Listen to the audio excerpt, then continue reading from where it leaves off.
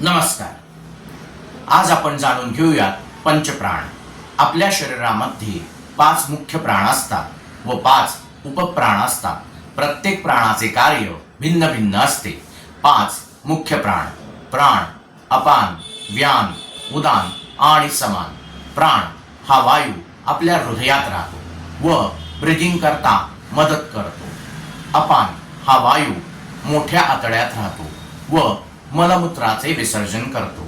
व्यान हा वायू संपूर्ण शरीर व्यापून राहतो. उदान हा वायू आपल्या कंठात राहतो आणि अन्नरसाचे विभाजन करतो. तसेच समान हा वायू आपल्या नाभी कमलात राहतो आणि सर्व नाड्यांना अन्नरस पुरवतो.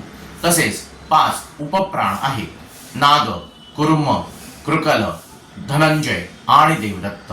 नाग हा वायू ढेकर निर्माण करतो व आपल्या शरीरातील अशुद्ध तत्वे बाहेर टाकतो. कुर्म हा वायू पापड्यांची उघडझाप करतो. कृकल हा वायू शिंक, खोकला निर्माण करतो. देवदत्त हा वायू जांभाई निर्माण करतो.